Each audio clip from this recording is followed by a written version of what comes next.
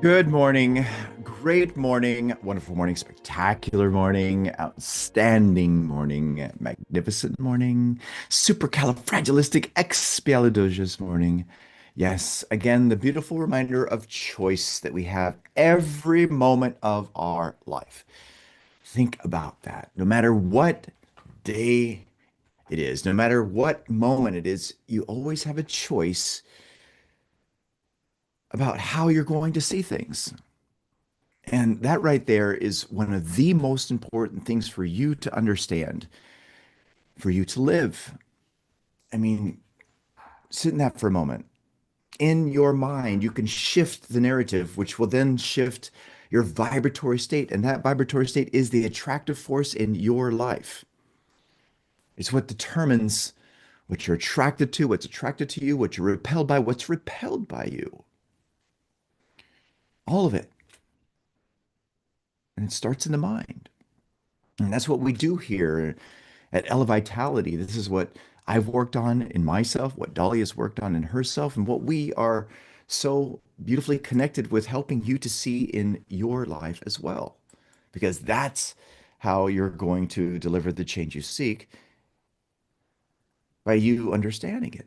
Remember what King Solomon said, in all thy getting, get understanding. He didn't say in all thy getting, get knowledge. No, he said in all thy getting, get understanding. And the only way to understand is by living it. It's by practicing. It's by applying. Application, baby. That's where it's at. And that's, again, what we want you to connect with for you. This is why we've been studying this beautiful gem, The Secret of the Ages. Remember, if you don't have a copy of this, get a copy of it. And yes, read it, study it, underline it, highlight it, memorize it. But more importantly, beyond all of that, live it, apply it in your life. Because again, that's how you're going to understand. And that's what we hope that we connect to you when it comes to all of this. I mean, we say it all the time, don't we? Of course we do. Oh my gosh. We put it in the very first lesson of emergence, the very first lesson, application, the golden rule of application. So, yes, apply it as if your life depends on it. You know why? Because it does. All right, let's go into where we left off, shall we? Let's go into this beautiful gem and get moving. Type in the comments, I'm ready. Okay, here we go. Let's switch over here. One, two, three. All right. All right. The heir of the ages. Oh, let me share with you the page run page 123. The error of the ages is the tendency mankind has always shown to limit the power of mind or its willingness to help in time of need. Know ye not, said Paul, that ye are the temples of the living God? And yes, you are the temple of the living God. No, most of us do not know it, or at least if we do, we are like the Indian family out of the Cherokee Reservation. Oil had been found on their land and money poured in upon them, more money than they have ever known was in the world. Someone persuaded them to build a great house, to have it beautifully furnished, richly decorated. The house, when finished, was one of the show places of that locality, but the Indians, while proud of their showy house, continued to live in their old sod shack. Now, does that mean they were dumb or stupid? No, it just means that they were unaware. They were just unaware.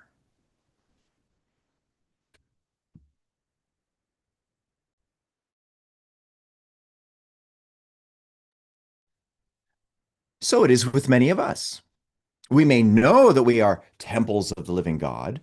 We may even be proud of the fact, but we never take advantage of it and dwell in that temple to proclaim our dominion over things and conditions. We never avail ourselves of the power that is ours. Now, with this, while this is true that the overwhelming majority of us is completely unaware, because that's what he's talking about, one thing that he does not address is why we don't claim it. even though we may know it. And there are many people who, for instance, reads the Bible and they do know of that statement that you've been given dominion over this earth. As a matter of fact, you have a right to it. But why don't people claim it? And you'll find that the reason is just because of conditioning, because of what's been familiar to them, that's been embedded within them, that came from other people. So while it's true that we never avail ourselves of the power that is ours, it's not something that we're intentionally doing, is where I'm going. And that's important for you to see in your life as well. Now, the great prophets of old had the forward look.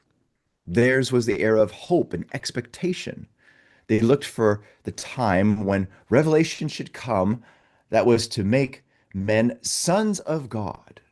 They shall obtain joy and gladness, and sorrow and sightings shall flee away. They looked for this moment. They prophesied of it. Jesus came to fulfill that revelation. Ask and ye shall receive, that your joy may be full.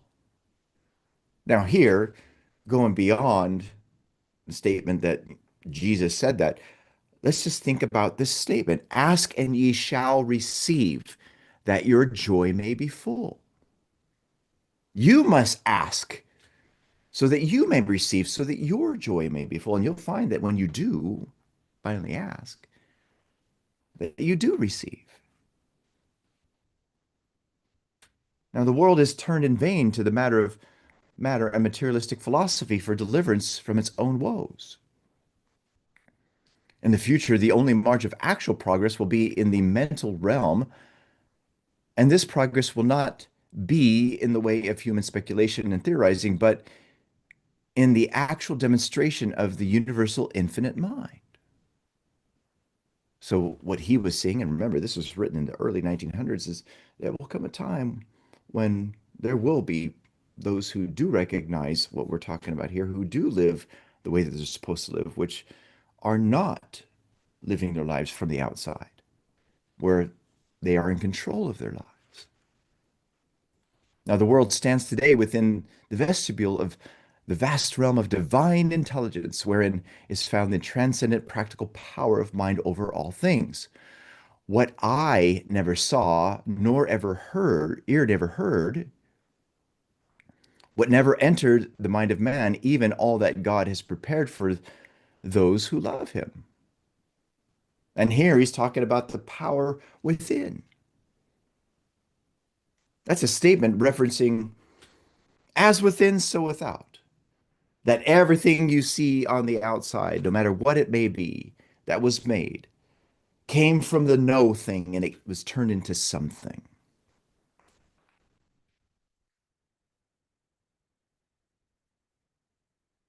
Now let's go to the next chapter. As a man thinketh. This is really cool. Now he's referencing a beautiful statement that James Allen used as a title for his book, As a Man Thinketh. As a man thinketh. Our remedies in ourselves do lie, which we ascribe to heaven. Shakespeare. That's such a beautiful, deep statement there. And what he's communicating to you is that the freedom you seek lies within you, especially your imagination. Remember, by him were all things made, and without him was not anything made that was made. That's something that's in your mind. That's the kingdom of heaven, which is within you. The kingdom of heaven is the kingdom of thought.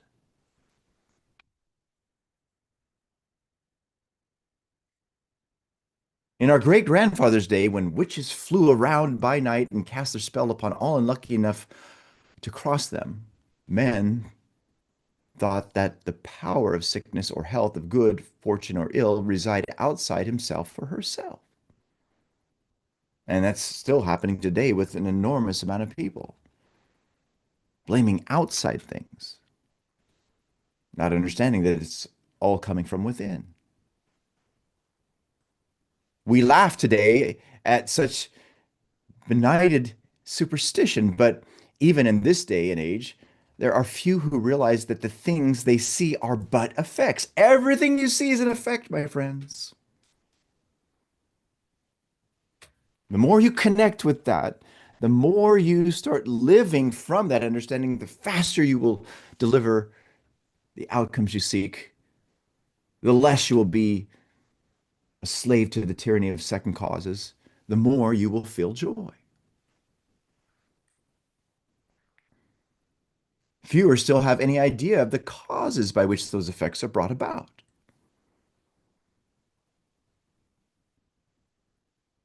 When they think of it, if you were to ask how something was made, most will go straight to the mechanical.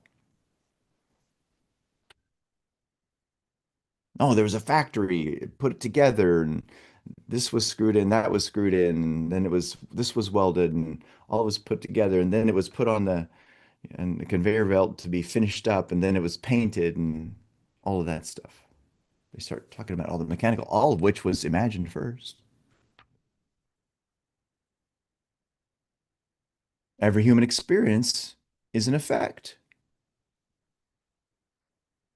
Now let that one sit, because here we're talking about how everything outside is an effect here. If you realize that things they see are effects, well, it's the same thing with regards to human experience. What are human experiences? Where you go, how you feel, that's a human experience. What you do, your results. You laugh, you weep, you joy, you sorrow, you suffer, and you are happy. Each of these is an effect, the cause of which can be easily traced. Let's all type that in the comments. My feelings are effects. Your feelings are feedback. They're not the cause of things. So many people say, why aren't you doing that? Because I'm afraid. Okay, fine, you're afraid. But that's not the cause.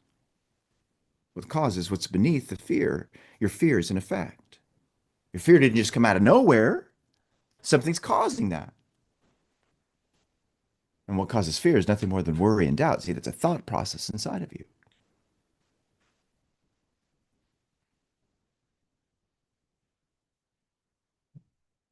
So now, again, really sit in that. There are effects. Every effect has a cause. Like causes lead to like effects.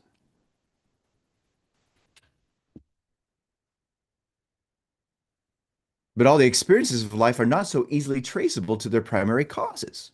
Now, here he says that your feelings can be easily traced and you can totally see it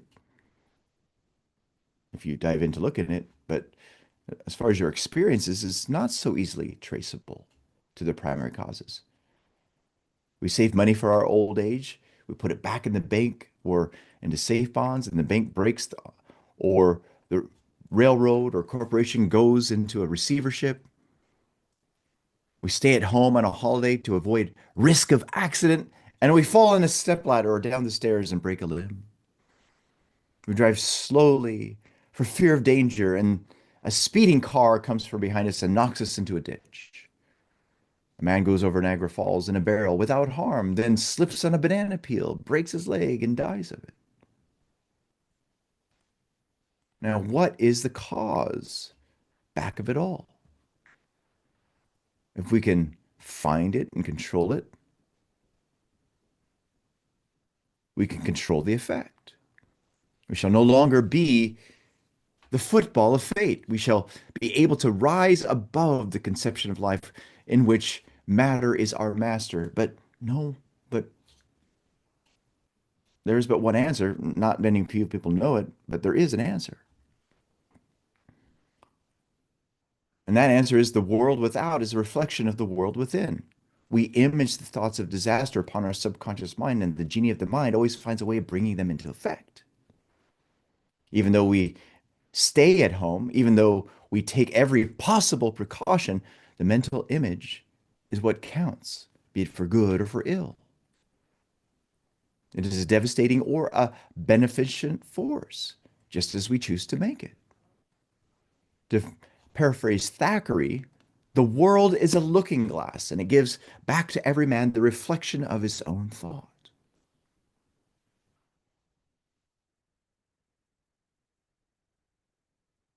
There's a beautiful statement that we learned from Bob Proctor. Environment is but a looking glass. And one of the lessons that were taught to us.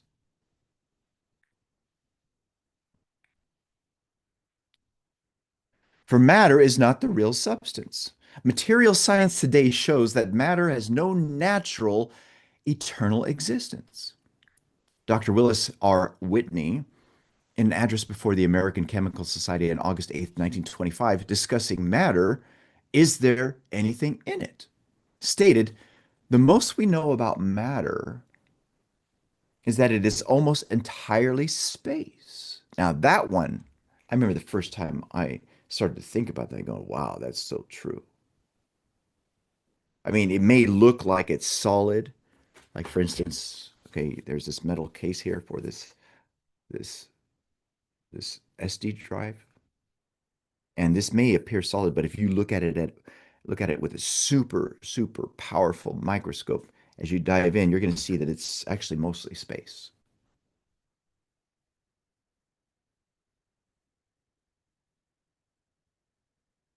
It's mostly space. It is as empty as the sky. It is almost as empty as a perfect vacuum, though although it usually contains a lot of energy. Then he goes further. Thought is the only force, just as polarity controls the electron gravitation of the planets, tropism, the plants and lower animals, just so thought controls the actions in the environment of man. The only creative energy there is thought. There's no other creative force. And thought is subject wholly to the control of mind. Its direction rests in you, it's in us, in all of us.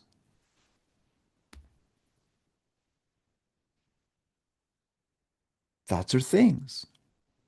Thoughts are energy. Thoughts are the magnets that attract to us the very things that we think. I want you to think about the implications here because we're talking about the externalization of ideas, which is what's called manifestation. Manifestation is nothing more than thought externalization, more specifically, the thoughts, the ideas that you are emotionally connected with. That's an energy,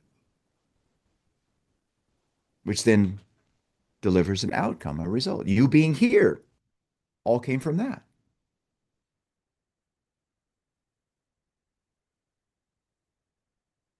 Now, again, think about the implications of this, about how, when understood, it can change everything for your life, change how much you earn, what you do for work, your lifestyle, the people you surround yourself with, your results, the home in which you live, the car in which you drive, the situations that you would love to be a material fact in your life. If you want it there, you've got to operate as what was shared in the chapter of Primal Cause. You must build it in your own mind first. And then from there, be loyal to that idea. The direction of your life rests with you and is completely dependent on how you're going to think and nothing else. Not what you're going to think, how you're going to think.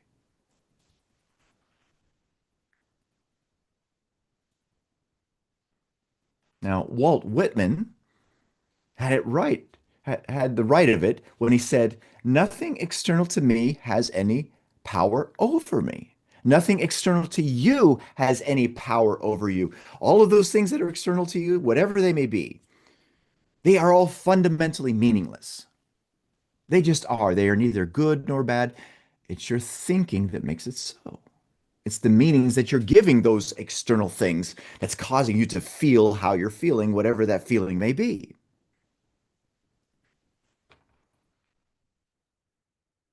You feeling negatively about something? I got news for you. It has nothing to do about something. It has to do with the meaning that you've given it because there can be lots of other people who experience exactly the same thing, but they don't feel the same. They may feel better, they may feel worse. How do you explain the difference? If you see exactly the same thing, see, it's the thought process inside. Look at your room right now. Is it big or is it small? If you don't like small places, you might be feeling negatively about your room if you think that it's small, of which, by the way, it's not big or small, it just is. And the only reason why it's big or small is because you're related to something. See, it's how you're thinking. But now, if you tie that to you being afraid of small spaces, and if you interpret it as something as being small, guess how you're going to feel? You're going to feel negatively about it. But is it because the room is small? No, it's not. It's because of how you're thinking about it. Now, the happenings that occur in the material world are in themselves neither cheerful nor sorrowful, just as outside of the eye that observes them, colors are neither green nor red. It's our thoughts that make them so. And we can color those thoughts according to our own fancy. We can make the world without but a reflection of our world within. You can make the world without but a reflection of the world within. And by the way, that's exactly what happens. Your outer world is a reflection of the world within. And on top of that, it's a perfect reflection. But what he's saying here is, hey, you could change that out there if you just change what's in here, in your mind.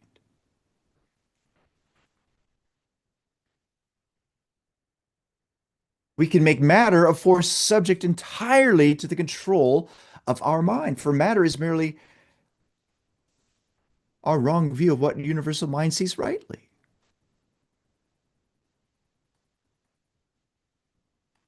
Now, I love this line, and I recommend every one of you connect with this.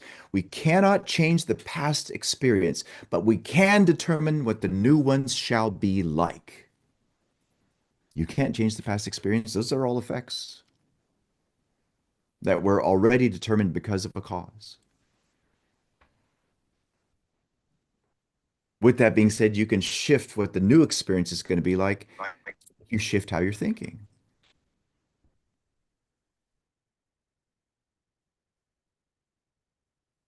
I recommend you all write this down in your notes or type this in the comments. I cannot change the past experience, but I can determine what the new one shall be like.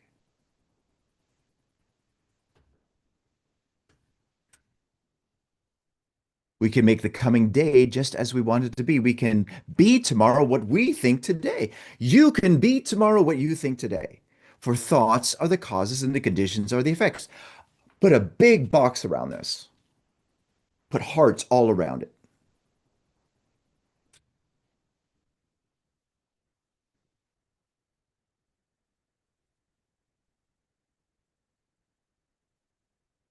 I'm going to read it again because it's so good. This is one of my favorite paragraphs in this entire book. We cannot change the past experience, but we can determine what the new one shall be like. We can make. Oop, what happened? My screen went off. What happened? Oh, that was interesting. I don't know how that worked. Okay, let me go back to this. Okay. We cannot change the past experience, but we can determine what the new one shall be like. We can make the coming day just what we want it to be. We can be tomorrow what we think today. For thoughts are the causes and the conditions are the effects. Thoughts are the causes, the conditions are the effect.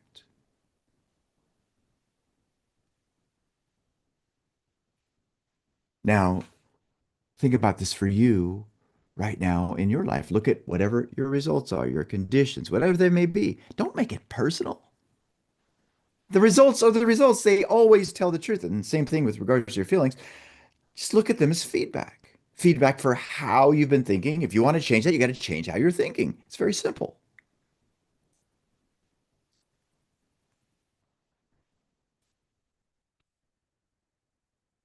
But is it easy? Oh, no, no, no. It's not easy. See, this is where understanding paradigms comes into play. See, that's as wonderful and awesome as this book is. That's the missing piece that Robert Collier missed about explaining the reason why it's so difficult for us to make these changes. It's just because there's something within us subconsciously that has deep roots that we are completely unaware of. It feels normal to us, whether positive or negative. And it's uncomfortable to shift to something that's not normal, that you want to make a normal. With that being said, when you do operate that way, in other words, from the inside out, it starts to change your normal. Okay, so I'm going to read this one more time. Gosh, because it's so good. Oh my God, it's so good. We cannot change the past experience, but we can determine what the new one shall be like. We can make the coming day just what we want it to be. We can be tomorrow what we think today. For thoughts are the causes and the conditions are the effect.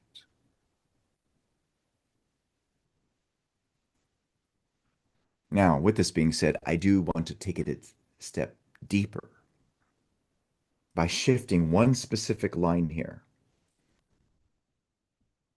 And instead of what we think today, say this: we can be tomorrow how we think today.